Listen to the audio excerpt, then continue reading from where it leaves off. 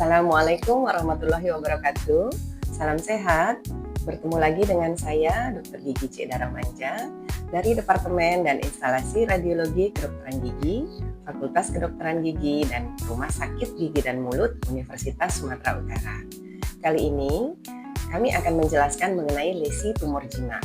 Bagaimana mekanisme, temuan yang dapat dilihat pada radiograf, struktur, serta perawatan dari masing-masing jenis tumor jinak. Radiografi kedokteran gigi berperan penting dalam membantu menegakkan diagnosis. Salah satu jenis lesi yang sering ditemukan di rongga mulut adalah tumor, termasuk tumor jinak. Pengertian tumor jinak adalah merupakan suatu pertumbuhan baru yang tidak terkontrol dan umumnya tumbuh secara lambat dan menyebar melalui perluasan langsung, bukan melalui metastasis. Secara histologis, tumor jinak cenderung menyerupai jaringan asalnya. Contohnya ameloblastoma, yaitu tumor yang diduga berasal dari epitel odontogenik, sering tersusun atas sel-sel yang menyerupai ameloblast. Tumor jinak dianggap memiliki potensi pertumbuhan yang tidak terbatas. Hamartoma sering dimasukkan ke dalam kategori tumor jinak. Namun, hamartoma merupakan pertumbuhan berlebih dari jaringan normal yang tidak terorganisasi dan memiliki potensi pertumbuhan yang terbatas. Sebagai contoh, odontoma adalah hamartoma dari jaringan gigi, yaitu email dentin dan jaringan pulpa yang tidak terorganisasi, yang berasal dari folikel gigi dan berhenti tumbuh kira-kira pada waktu yang sama dengan jaringan gigi normal lainnya.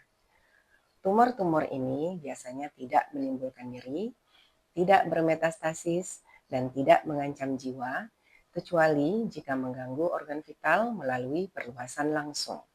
Tumor jinak biasanya terdeteksi secara klinis melalui pembesaran rahang atau ditemukan secara tidak sengaja saat pemeriksaan radiograf.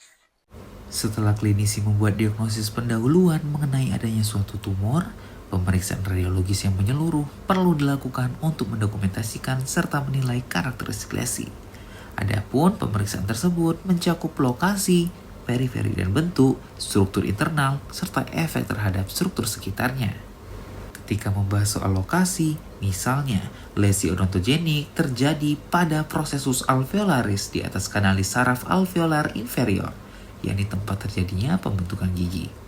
Untuk lesi vaskular dan neural dapat berasal dari dalam kanalis mandibula yang berasal dari jaringan neurovaskular. Tumor kartilaginosa terjadi pada lokasi rahang, tempat sel-sel kartilago residual berada, seperti di sekitar kondilus mandibula. Lalu, biasanya tumor jinak membesar secara lambat, melalui pembentukan jaringan internal tambahan dan sebagai akibatnya, batas-batas tumor jinak tampak relatif halus, berbatas tegas, dan kadang-kadang berkortikasi.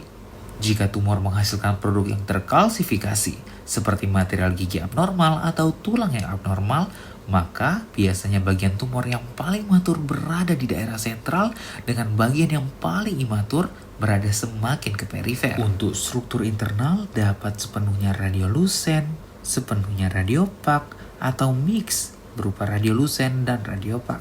Tumor jinak juga dapat memberikan efek terhadap struktur sekitarnya.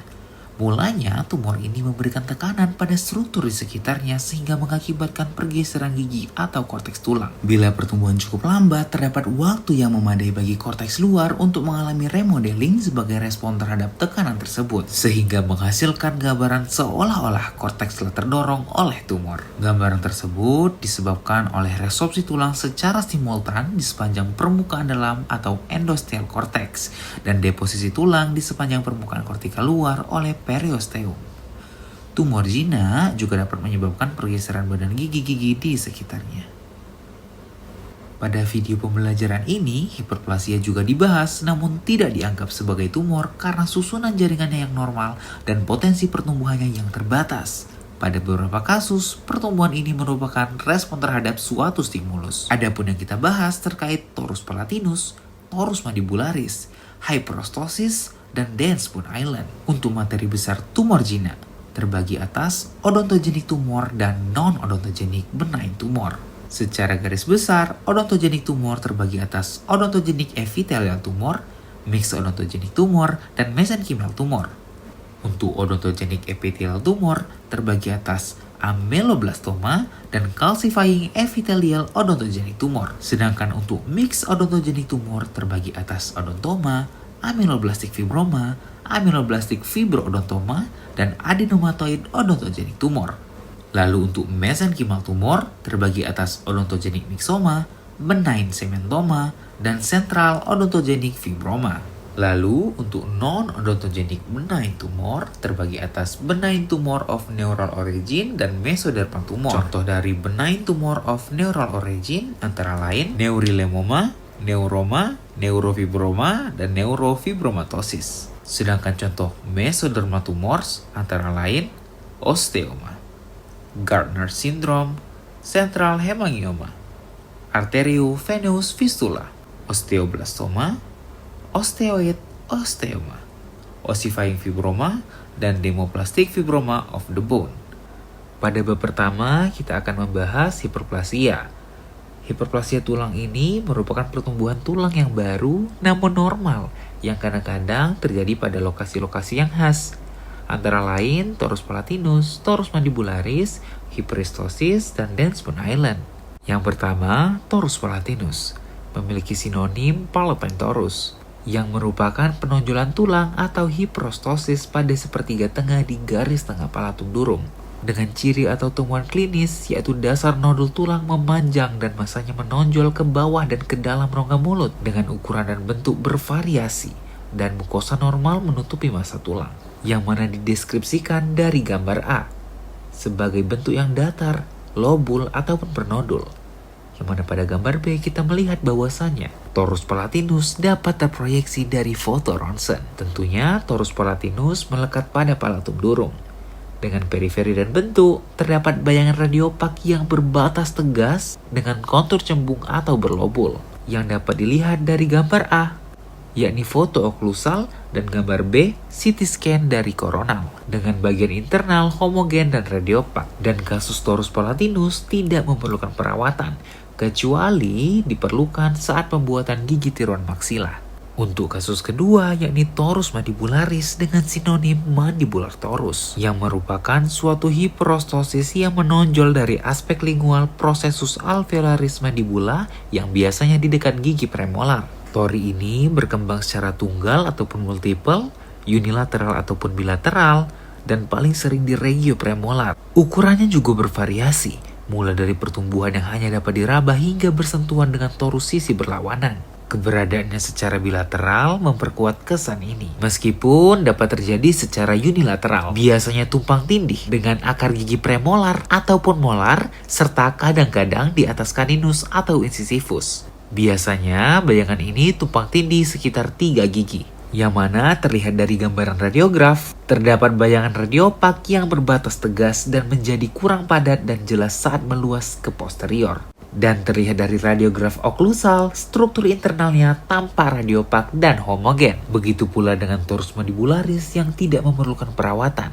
kecuali saat diperlukan saat pembuatan gigi tiruan mandibula. Dari gambar A dan B, kita melihat bahwasanya torus mandibularis terlihat dengan densitas radiopak seperti tanda panah hitam. Gambar C juga menunjukkan gambaran CT aksial dengan torus mandibularis yang bilateral. Pada bagian selanjutnya, kita akan membahas hiperostosis. Hiperostosis memiliki sinonim nama eksostosis. Dalam literatur kedokteran gigi, istilah hiperostosis dan eksostosis setara. Tetapi dalam literatur medis, istilah eksostosis sering digunakan sebagai istilah yang setara dengan osteokondroma, yang berbeda dari entitas hiperostosis.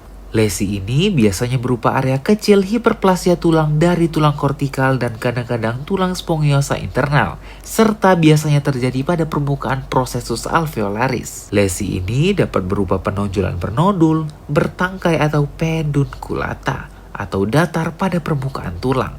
Lesi ini ditutupi oleh mukosa normal dan terasa keras seperti tulang pada saat palpasi. Processus alveolaris maxilla merupakan lokasi yang paling umum dan biasanya gambaran radiografis tumpang tindih dengan akar gigi di sekitarnya. Terlihat dari gambaran radiografis, periferi dan bentuk dari hiperostosis adalah berbatas tegas dan berkontur halus, dengan tepi yang melengkung, terkadang kurang jelas dan menyatu dengan tulang normal di sekitarnya. Dari gambar B, kita melihat hiperostosisnya overlapping dengan edentulous ridge. Dari gambar D, di bawah pontik, dan dari gambar F merupakan gambaran CT potongan koronal pada palatal, yang mana struktur internal dari hiperostosis adalah homogen radiopak dan biasanya tidak memerlukan perawatan. Pembahasan hiperplasia keempat kita adalah Densmond Island atau DBI. Enostosis dan periapical idiopathic osteosclerosis adalah sinonim dari Densmond Island. DBI merupakan pasangan internal dari eksositosis dan lesi ini adalah pertumbuhan lokal tulang kompak yang berkembang di dalam tulang spongiosa. DBI bersifat asimptomatik dan DBI lebih sering ditemukan di mandibula dibandingkan maksila. Dan lesi ini paling sering terjadi di area premolar hingga molar, meskipun keberadaannya tidak berkorelasi dengan ada atau tidaknya gigi. Bagian perifer biasanya berbatas tegas tapi kadang-kadang menyatu dengan trabekula tulang di sekitarnya. Tidak terdapat jejak batas radiolucen ataupun kapsul karena DBI yang radiopak berbatasan langsung dengan tulang normal. Lesi ini cukup jarang memberikan efek terhadap struktur sekitarnya. Kalaupun ada, maka dapat berhubungan dengan resorpsi akar eksternal. Dalam semua keadaan, gigi tersebut vital dan resorpsi akar tampak bersifat self-limiting. DBI tidak memerlukan perawatan khusus, namun bila terdapat DBI yang multiple, riwayat keluarga pasien harus ditinjau untuk kejadian kanker usus. Lalu, beberapa entitas radiopak harus dipertimbangkan dalam menyusun diagnosis banding. Periapical osseous dysplasia atau POD dapat dibedakan dengan adanya perifer radiolucen. Bila DBI terletak di apeks akar, lesi ini dapat menyerupai osteitis sklerotik periapikal. Namun, pada osteitis periapikal terdapat pelebaran yang berhubungan pada bagian periapikal ruang membran periodontal. Selain itu, osteitis periapikal seharusnya terpusat pada apeks akar gigi dan meluas secara lebih simetris ke segala arah. Bila suatu lesi inflamasi mungkin memiliki etiologi yang jelas seperti restorasi besar atau lesi karies, mungkin terdapat kemiripan dengan hipersementosis atau sementoblastoma jina. Tapi pada kedua keadaan tersebut seharusnya terdapat kapsul jaringan lunak radiolucen di perifernya.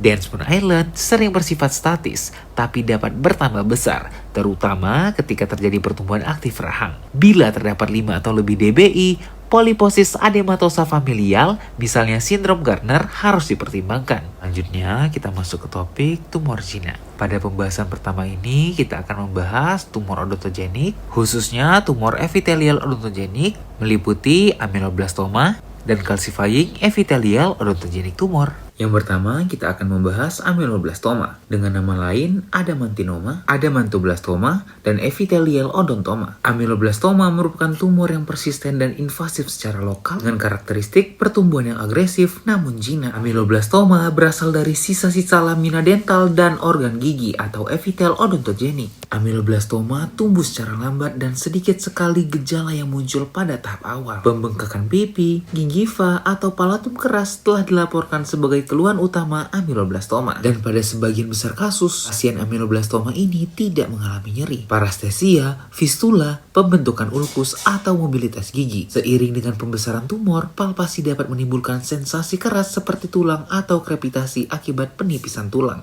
Ameloblastoma dapat terbagi atas tipe unilokular dan multilokular, dan pada gambar ini tergolong ameloblastoma multilokular. Bagian besar ameloblastoma berkembang di regio molar sampai ramus mandibula, tetapi dapat meluas hingga area simfisis. Pada maksila biasanya pada daerah molar ketiga dan meluas ke sinus maksilaris serta dasar rongga hidung. Baik pada maksila atau mandibula, tumor ini dapat berasal dari posisi oklusal terhadap gigi yang sedang berkembang. Ameloblastoma biasanya bersifat tegas dan seringkali dibatasi oleh tepi kortikal. Struktur internal ameloblastoma sangat bervariasi, baik dari sepenuhnya radiolucen hingga campuran karena septa tulang telah membentuk kompartemen internal sehingga menghasilkan pola honeycomb atau subbubble. Terdapat kecenderungan yang jelas bagi ameloblastoma untuk menyebabkan resorpsi akar, perpindahan gigi, serta penipisan lempeng kortikal di sekitarnya, sehingga menyisakan lapisan tulang tipis seperti kulit telur. Jika diagnosis awal ameloblastoma telah dibuat, pencitraan MDCT sangat direkomendasikan karena dapat secara akurat menunjukkan luas anatomis tumor.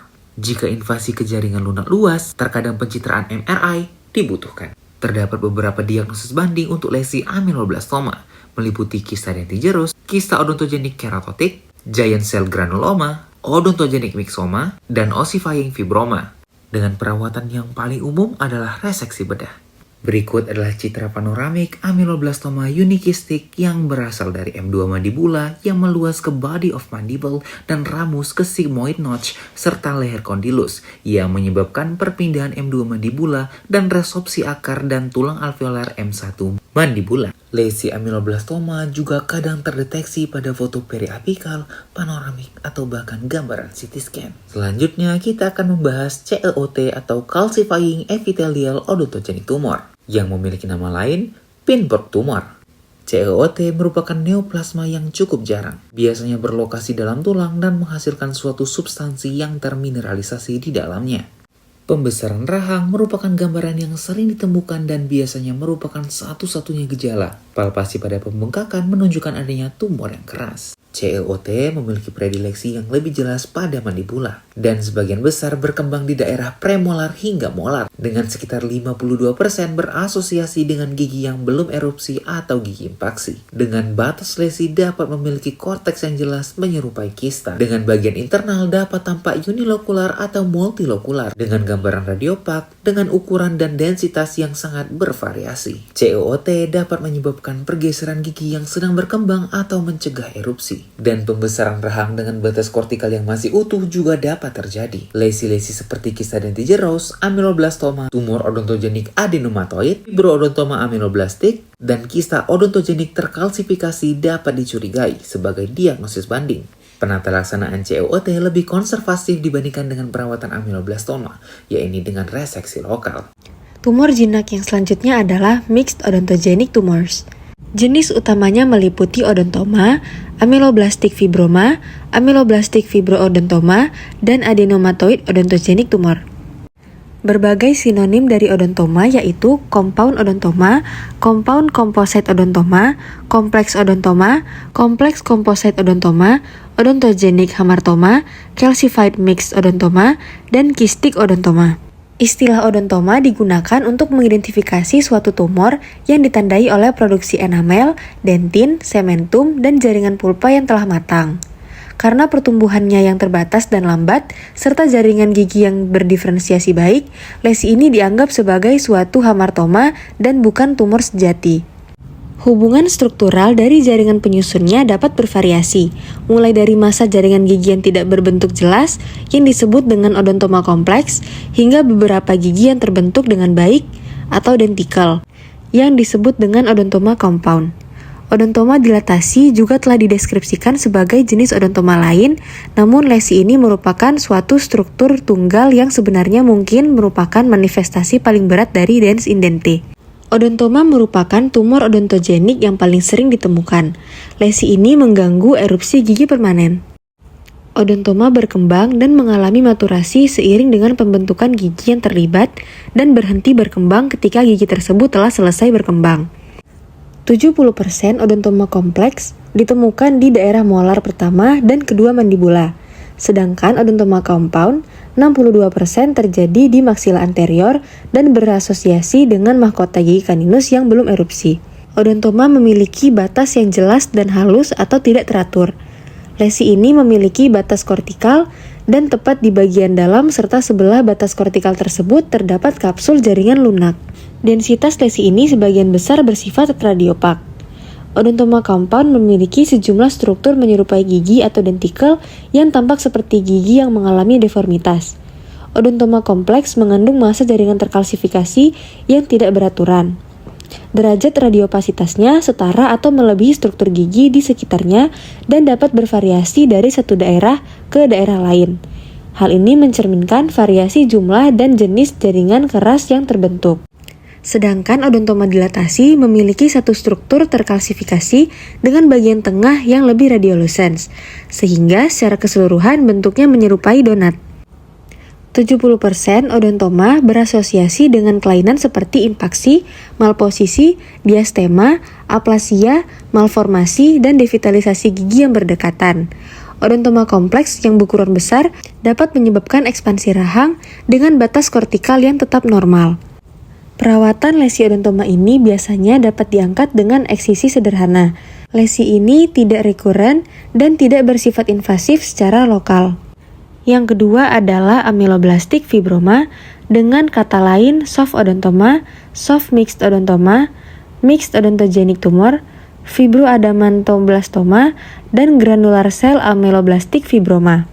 Tumor ini sepenuhnya jinak dan merupakan proliferasi neoplastik dari epitel odontogenik serta komponen mesenkimal primitif yang menyerupai papila gigi.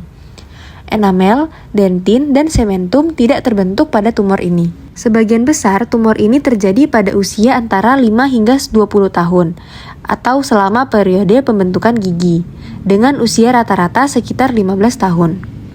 Tumor ini biasanya menyebabkan pembesaran yang tidak nyeri, tumbuh lambat, serta pergeseran gigi yang terlibat. Tumor ini dapat berasosiasi dengan gigi yang missing. Pada gambar sebelah kiri, terlihat ameloblastик fibroma sebagai gambaran radiolucent di atas gigi molar ketiga yang belum erupsi. Lesi ini biasanya berkembang di daerah premolar hingga molar mandibula. Pada beberapa kasus, tumor dapat melibatkan ramus dan meluas ke arah depan hingga daerah premolar dan molar. Lokasi yang paling umum adalah dekat puncak proses alveolaris atau memiliki hubungan folikular dengan gigi yang belum erupsi yang mana terletak di atas gigi, atau dapat juga muncul di area di mana gigi gagal berkembang.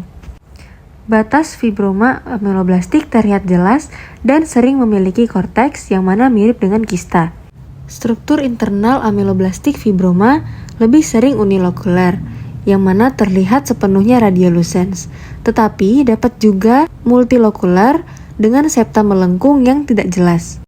Jika lesi ini berukuran besar, dapat terjadi pembesaran dengan basis korteks yang tetap utuh. Gigi yang terkait dapat terhambat erupsinya atau terdorong ke arah apikal. Ameloblastik fibroma bersifat jinak dan tingkat rekurensi rendah. Pendekatan bedah konservatif, termasuk enukleasi dan kuretase mekanis pada tulang di sekitarnya, dilaporkan berhasil pada kasus-kasus seperti ini. Lesi selanjutnya adalah ameloblastik fibroodontoma. Ameloblastik fibroodontoma adalah tumor campuran yang memiliki semua elemen dari ameloblastik fibroma, tetapi dengan kumpulan enamel dan dentin yang tersebar. Beberapa ahli menganggap ameloblastik fibroodontoma sebagai tahap awal dari odontoma yang sedang berkembang. Namun, terdapat bukti kuat bahwa ameloblastik fibroodontoma merupakan entitas yang terpisah dan lebih neoplastik dibandingkan odontoma. Ada kemungkinan beberapa lesi yang salah diidentifikasi sebagai ameloblastik fibroodontoma sebenarnya adalah odontoma yang sedang berkembang. Gambaran klinisnya mirip dengan odontoma, sering berasosiasi dengan gigi yang hilang atau gigi yang gagal erupsi. Kadang-kadang, tumor ini menempati posisi gigi yang hilang. Tumor ini muncul pada rentang usia yang sama dengan odontoma dan ameloblastik fibroma. Sebagian besar kasus terjadi di bagian posterior mandibula.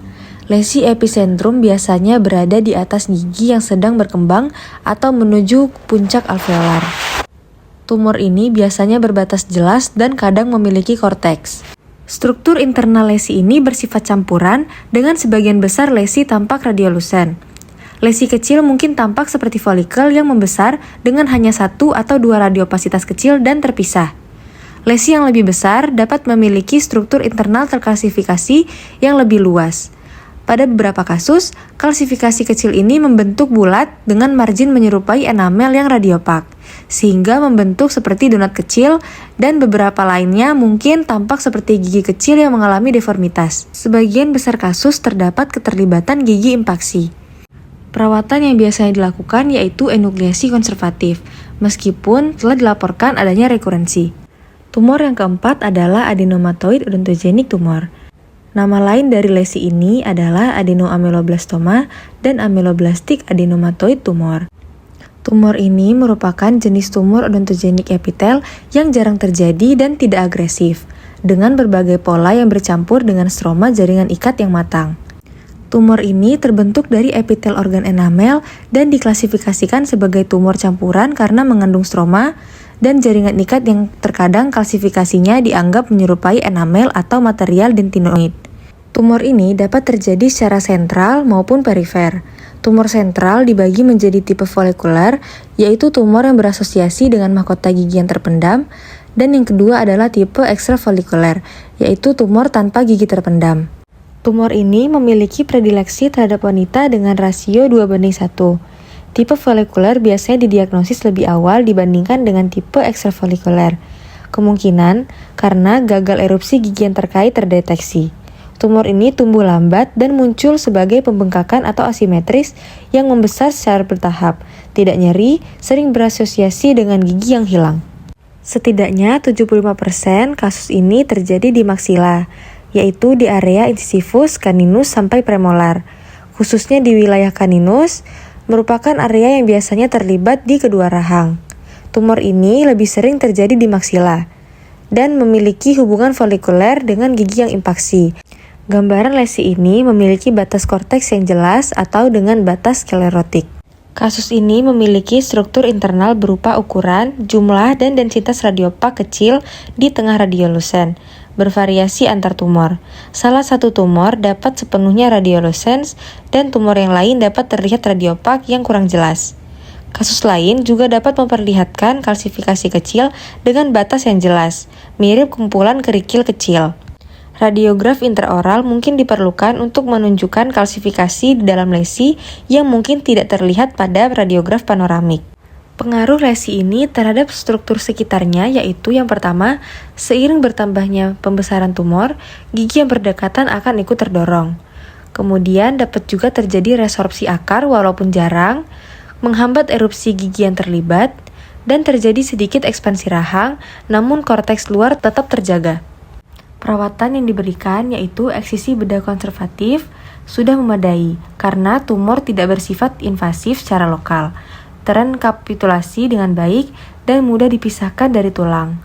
Teori bahwa AOT adalah hamartoma didukung oleh perilaku lesi yang jinak karena seperti pada odontoma, AOT berhenti berkembang saat struktur gigi menyelesaikan pertumbuhannya. Tingkat kekambuhannya hanya 0,2%. Selanjutnya ada mesenchymal tumor. Mesenchymal tumor ini terdiri dari odontogenic myxoma, benign cementoblastoma, dan central odontogenic fibroma. Yang pertama, odontogenic myxoma. Odontogenic myxoma memiliki sinonim myxoma, myxofibroma, dan fibromyxoma. Untuk mekanisme penyakit ini, lesi ini merupakan neoplasma intraosius gina yang berasal dari ectomesenchyme odontogenik dan menyerupai bagian mesenchymal dari papila dental. Myxoma ini tidak berkapsul dan cenderung menginfiltrasi tulang cancellosa di sekitarnya, tetapi tidak bermetastasis. Odontogenic myxoma hanya berkembang pada tulang-tulang rangka wajah, terutama pada bagian rahang. Epidemiologi dan kliniknya, odontogenic myxoma merupakan tumor odontogenik yang jarang, hanya sekitar 3-6% dari seluruh tumor odontogenik. Lesi ini sedikit lebih sering terjadi pada perempuan. Meskipun dapat terjadi pada segala usia, lebih dari setengah kasus muncul pada individu usia 10 sampai dengan 30 tahun. Pertumbuhannya lambat dan dapat disertai nyeri atau tanpa nyeri. Angka rekurensi yang telah dilaporkan pada lesi ini sekitar kurang lebih 25%. Berikut merupakan gambaran radiografis odontogenic myxoma. Myxoma lebih sering mengenai bagian mandibula dibandingkan maksila, dengan perbandingan sekitar 3:1. Pada mandibula, tumor ini biasanya terjadi di area premolar dan molar, dan jarang terjadi di area yang tidak bergigi. Lesi ini biasanya berbatas tegas dan terkadang memiliki tepi berkortikasi, namun lebih sering tidak tegas, terutama pada area maksila. Untuk struktur internalnya, odontogenic myxoma dapat tampak seperti kista dengan gambaran unilokular, namun sebagian besar menunjukkan pola internal campuran radiolucens radiopak, dan sisa tulang yang terperangkap di dalam tumor mengalami remodeling menjadi septa, melengkung atau lurus, kasar atau halus. Keberadaan septa ini memberikan gambaran multilokular, dan septum khas pada tumor ini adalah septum lurus, tipis, dan tajam, seperti pada gambar. Septa ini digambarkan menyerupai pola raket tenis atau anak tangga meskipun jarang terlihat. Efek terhadap struktur sekitar pada area bergigi, odontogenic myxoma menyebabkan pergeseran dan pelonggaran gigi, namun tidak menimbulkan resorpsi akar. Lesi ini juga sering membentuk scalloping di antara akar gigi yang berdekatan, mirip dengan simple bone cyst, seperti pada gambar. Diagnosis banding dari odontogenic myxoma ialah ameloblastoma, central giant cell granuloma, central hemangioma, odontogenic fibroma. Terapi yang dapat dilakukan ialah dilakukan reseksi luas dengan margin tulang sehat dan prognosis akan baik jika perawatan adekuat. Radiografi penunjang yang digunakan untuk melihat odontogenic myxoma biasanya computed tomography, terutama MRI. Ini membantu menentukan luas intraosius tumor dan memandu perencanaan batas reseksi. Sinyal jaringan tinggi pada citra MRI berbobot T2 sangat berguna untuk menentukan luas tumor dan mendeteksi kekambuhan seperti pada gambar. Yang kedua, benign cementoblastoma. Benign cementoblastoma ini memiliki sinonim cementoblastoma dan true cementoma. Mekanisme penyakit dari tumor ini, benign cementoblastoma ialah neoplasma mesenchymal jinak yang tumbuh lambat dan terutama tersusun dari jaringan mirip cementum. Tumor tampak seperti pertumbuhan membulat yang melekat pada apeks akar gigi. Biasanya gigi yang terlibat itu vital dan sering merasakan nyeri. Epidemiologi dan klinik pada tumor ini lebih sering pada laki-laki dengan rentang usia 12-65 tahun, biasanya lesi, soliter, dan tumbuhnya lambat. Diagnosis banding dari benign cementoblastoma ialah periapical osseous dysplasia, hypercementosis, osteitis sklerotik, DBI atau dense bone island. Terapi yang paling sering dilakukan ialah eunukleasi ditambah dengan ekstraksi gigi yang terkait dan telah dilaporkan jarang terjadi rekurensi. Berikut merupakan gambaran radiografis dari benign cementoblastoma. Lokasi tersering pada mandibula yaitu sekitar kurang lebih 78% dan paling sering pada akar premolar atau molar pertama yaitu sekitar kurang lebih 90%. Batas dari lesi ini ialah radiopak tegas dengan tepi berkortikasi dikelilingi pita radiolucen yang jelas di bagian dalam korteks. Pada struktur internalnya, lesi campuran radiolucens radiopak dengan dominasi radiopak dan pola dapat berupa amorph atau menyerupai jari-jari roda seperti pada gambar. Efeknya terhadap struktur sekitar dapat menyebabkan resorpsi akar eksternal serta ekspansi tulang. Yang ketiga yaitu central odontogenic fibroma. Central odontogenic fibroma memiliki sinonim simple odontogenic fibroma dan odontogenic fibroma tipe WHO. Mekanisme penyakitnya, tumor ini merupakan neoplasma langka yang kadang dibagi menjadi dua tipe histologis. Yang pertama, tipe sederhana atau tipe simple dengan jaringan fibrosamatur dan sisa epitel odontogenik yang jarang. Dan yang kedua, tipe WHO yang lebih seluler, lebih banyak sisa epitel dan dapat mengandung kalsifikasi mirip dentin dysplastik, cementum atau osteoid. Diduga kedua tipe ini berada dalam satu spektrum. Epidemiologi dan kliniknya, tumor ini umumnya terjadi pada usia 11-39 tahun dengan predileksi perempuan dengan rasio kurang lebih 2,2:1 dan pasien dapat asimptomatik atau mengalami pembengkakan dan mobilitas gigi. Ciri khas pada beberapa kasus maksila adalah adanya celah atau depresi mukosa pada palatum. Gambaran radiografis tumor ini, lokasinya biasanya lebih sering di mandibula dan lokasi umumnya adalah regiomolar hingga premolar mandibula. Batas lesi ini tegas dan struktur internalnya pada lesi kecil biasanya unilokular dan lesi besar multilokular. Septa dapat halus dan lurus seperti myxoma atau granular mirip granuloma sel raksasa. Sehingga efek yang dapat ditimbulkan dari tumor ini ialah terjadinya displacement dan ekspansi gigi serta resorpsi akar.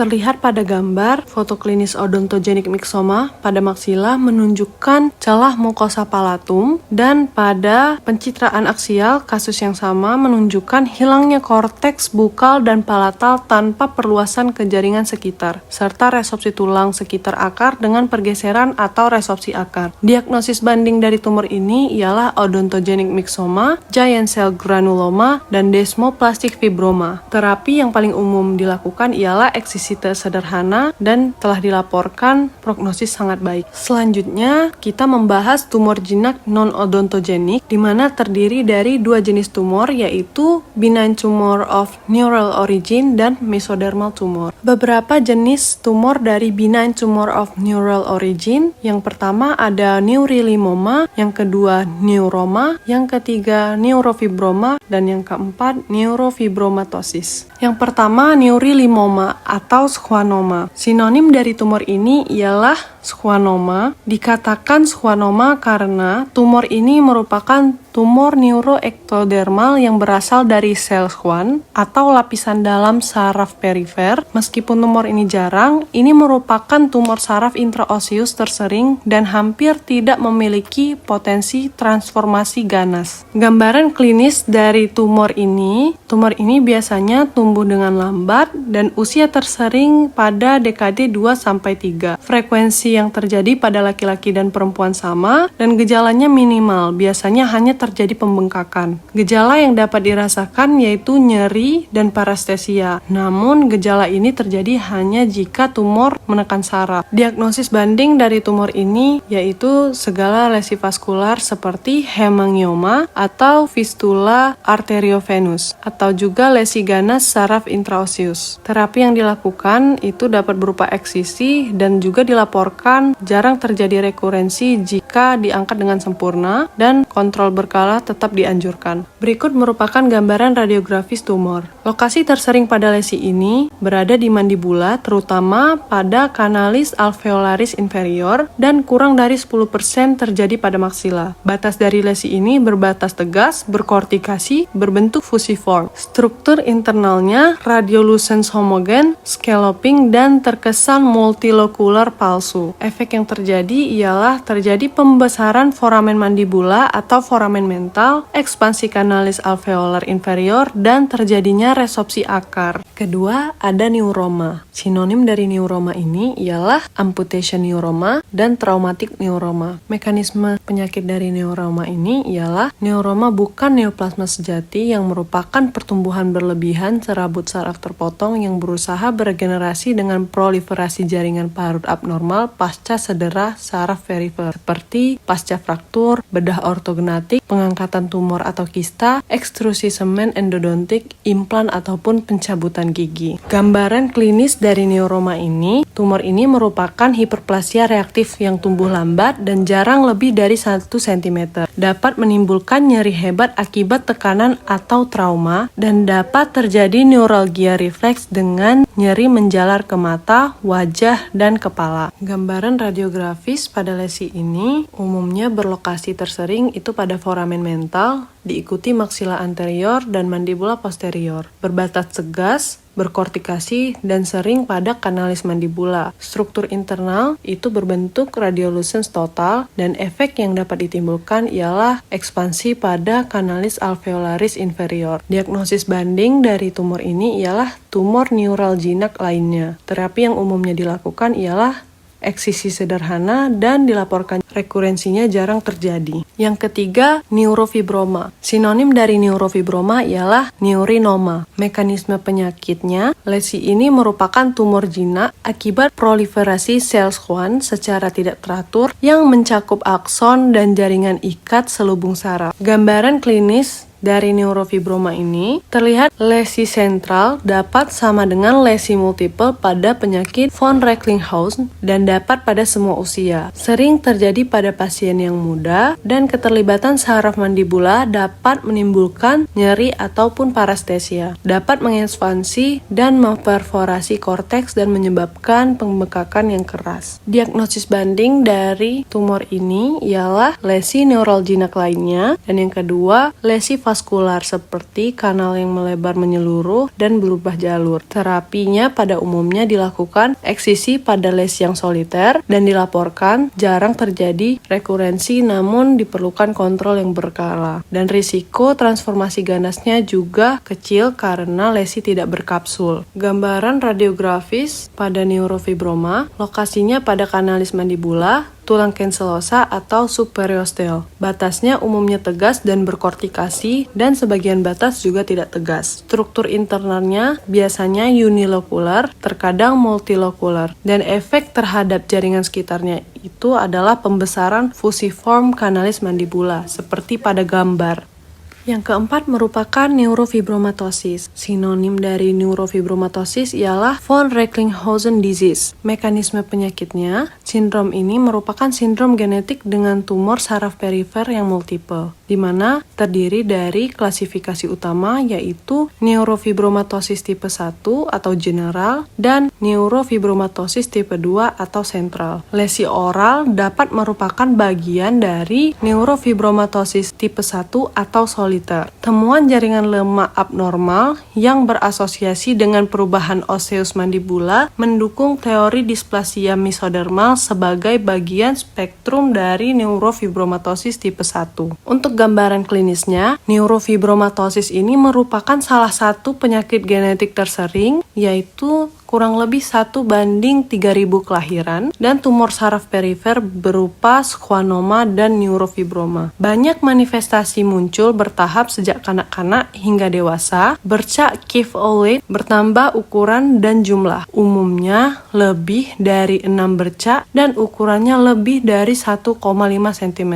Manifestasi lesi kulit yang lain seperti freckles, neurofibroma kutan dan subkutan. Untuk terapi pada lesi ini, sebagian besar lesi ini hidup normal dengan gejala yang minimal. Namun, neurofibroma kecil dapat diangkat jika nyeri. Lesi plexiform besar sebaiknya tidak dioperasi dan jarang bertransformasi menjadi ganas. Pada gambaran radiografis neurofibromatosis akan terlihat perubahan morfologi rahang yang khas, terjadi pembesaran coronoid notch, kanalis mandibula, dan foramen mental, terjadi penipisan dan pelengkungan ramus mandibula, terjadi gangguan erupsi molar, dan pada citra CT scan akan terlihat akumulasi jaringan lemak yang abnormal seperti pada gambar. Mesodermal tumor. Mesodermal tumor ini terdiri dari 8 jenis tumor, yaitu osteoma, Gardner syndrome, central hemangioma, arteriovenous fistula, osteoblastoma, osteoid osteoma, ossifying fibroma, desmoplastic fibroma of bone. Yang pertama, osteoma. Mekanisme penyakit dari osteoma ini ialah berasal dari tulang membranosa tengkorak dan wajah. Etiologinya tidak jelas, kemungkinan dari cartilago atau periosteum embrional. Statusnya sebagai neoplasma jinak atau hamartoma belum pasti. Dapat soliter atau multiple. Secara struktur terdapat 3 tipe tulang. Yang pertama, tulang compact atau ivory. Yang kedua, tulang cancellosa. Dan yang ketiga, kombinasi. Gambaran klinis dari tumor ini dapat terjadi pada semua usia, yang paling sering lebih dari 40 tahun. Gejala utamanya adalah asimetri akibat pembengkakan tulang keras tanpa nyeri sampai mengganggu fungsi, melekat pada korteks dengan perikel atau basis yang luas, dan tipe kortikal lebih sering pada laki-laki dan tipe cancellosa pada perempuan.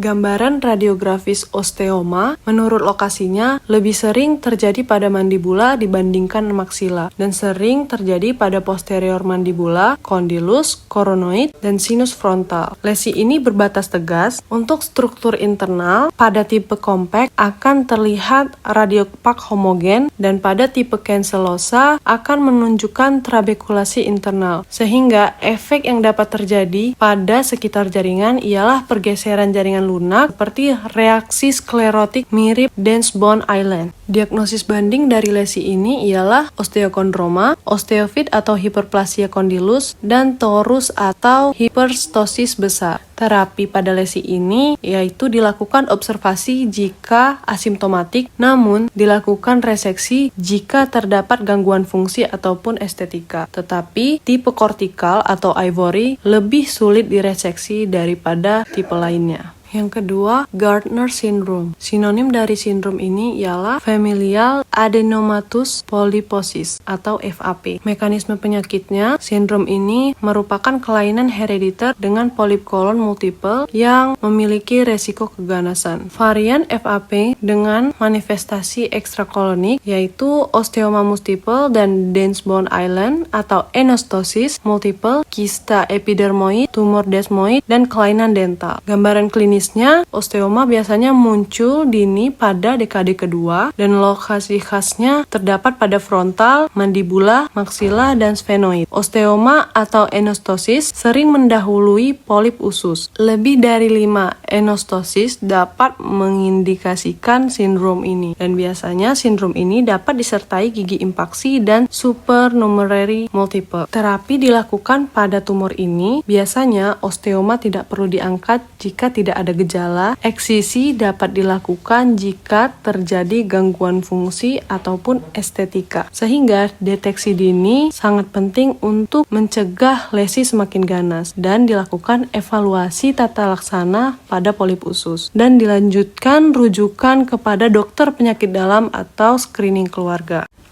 Berikut ini merupakan 2 gambar yang disajikan yang merupakan gambaran radiografis dari osteoma pada sindrom Gardner dan foto panoramik seorang pasien dengan sindrom poliposis multiple familial. Yang ketiga adalah central hemangioma. Dengan temuan klinis lebih banyak ditemukan pada perempuan dibandingkan laki-laki dengan rasio 2:1. Membangkangkan dapat nyeri atau tidak nyeri, tidak sensitif terhadap palpasi, dan biasanya terasa keras seperti tulang. Lokasi mandibula sekitar 2 kali lebih sering dibandingkan maksila, yaitu terletak pada korpus posterior dan ramus, serta di dalam kanalis alveolar inferior. Periferi dan bentuk, pada beberapa kasus, batas lesi tegas dan berkortikasi, pada kasus lainnya, batas dapat tidak tegas dan bahkan menyerupai gambaran tumor ganas. Perawatannya dapat dilakukan embolisasi, pembedahan, dan teknik sclerosing. Pada gambar 2242 merupakan foto oklusal pada kasus hemangioma sentral mandibula dengan spekulasi tulang di sekitarnya. Pada gambar 2243 merupakan gambaran hemangioma pada maksila anterior yang menunjukkan pola trabekula kasar. Pada gambar 2245 merupakan gambaran hemangioma jaringan lunak dengan flebolit. Yang keempat adalah arteriovenous fistula yang memiliki sinonim yaitu arteriovenous fistula defect, arteriovenous fistula shunt, arteriovenous fistula aneurysm, dan arteriovenous fistula malformation, yaitu adanya hubungan langsung antara arteri dan vena dan umumnya disebabkan oleh trauma.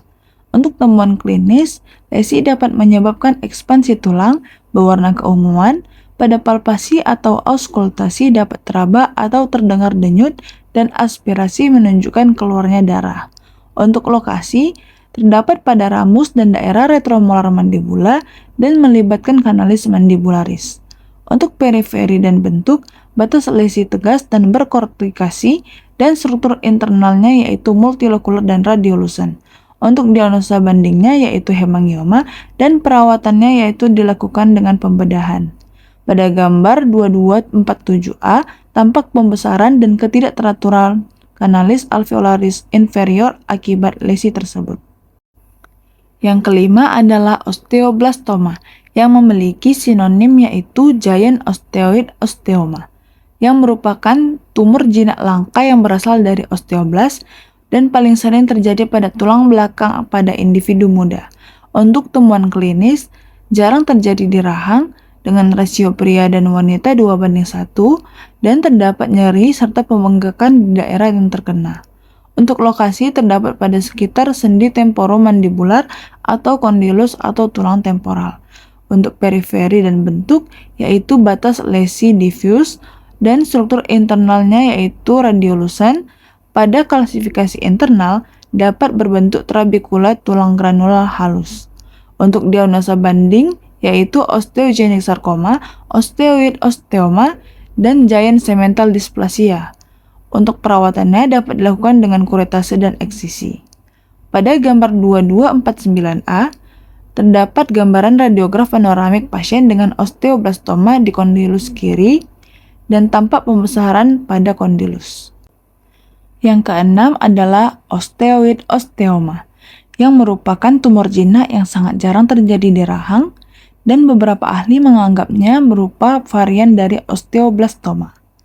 Untuk temuan klinis, paling sering terjadi pada remaja dan dewasa muda, yaitu berkisar antara 10-25 tahun dan lebih sering pada laki-laki dengan rasio 2:1. Jarang terjadi pada usia kurang dari 4 tahun atau lebih dari 40 tahun. Untuk gejala khasnya, yaitu adanya nyeri hebat pada tulang yang membaik dengan diberinya obat antiinflamasi. Untuk jaringan lunak di atas tulang yang terkena itu dapat bengkak dan nyeri saat ditekan. Lokasi terletak pada korteks tulang ekstremitas dan tulang belakang. Pada rahang lebih sering ditemukan di badan mandibula.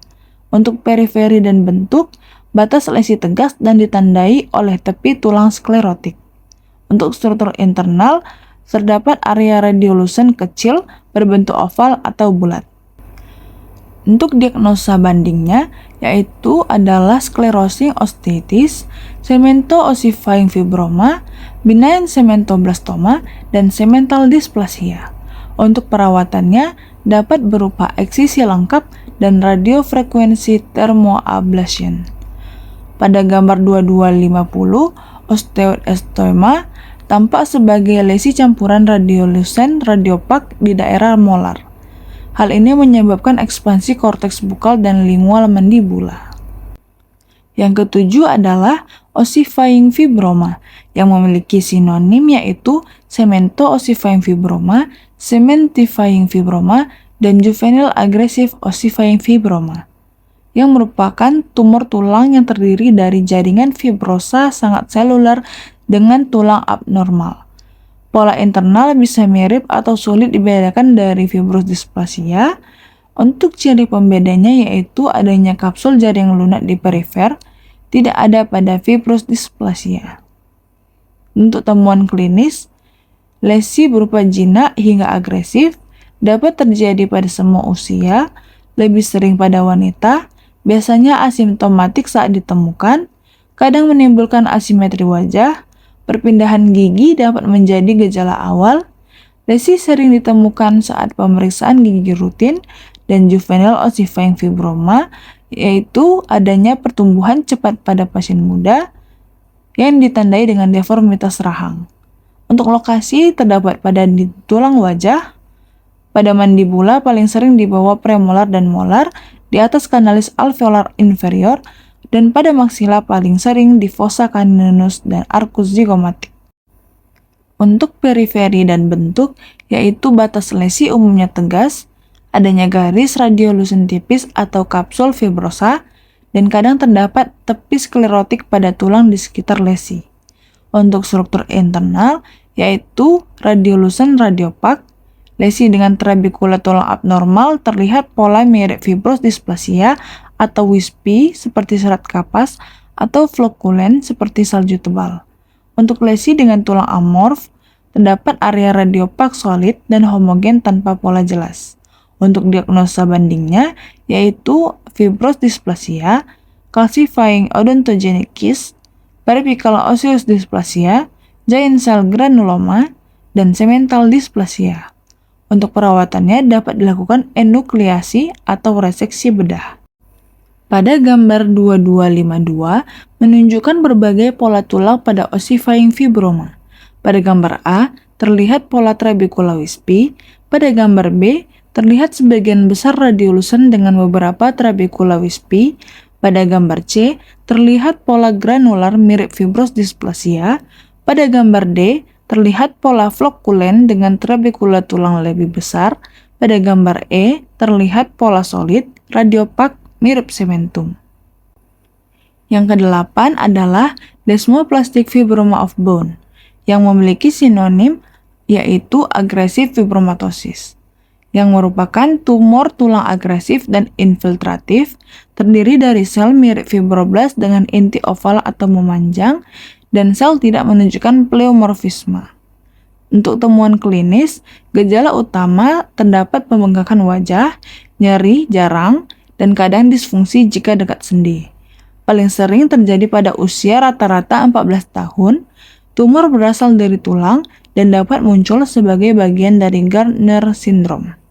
Untuk lokasi dapat terjadi di mandibula atau maksila. Lokasi paling umum yaitu pada ramus dan posterior mandibula. Untuk periferi dan bentuk, batas periferi lesi biasanya tidak tegas dan struktur internalnya adalah sepenuhnya radiolucent.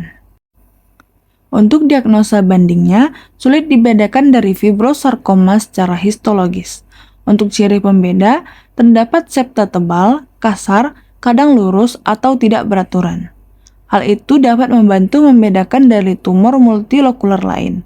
Untuk perawatannya dapat dilakukan dengan reseksi, dan pada gambar 2254A, terdapat gambaran radiograf panoramik pasien dengan desmoplastik fibroma sentral, di mana lesi berpusat pada kondilus kiri dan ramus. Demikianlah video pembelajaran mengenai lesi tumor Cina. Semoga dapat menambah pemahaman dan membantu klinisi dalam mengenali gambaran berbagai jenis tumor Cina pada rahang secara radiograf. Dan juga bermanfaat untuk mahasiswa yang sedang menjalani pendidikan akademik dan pendidikan profesi di Fakultas Kedokteran Gigi. Terima kasih atas perhatiannya. Sampai jumpa pada video pembelajaran berikutnya. Assalamualaikum warahmatullahi wabarakatuh. Salam sehat.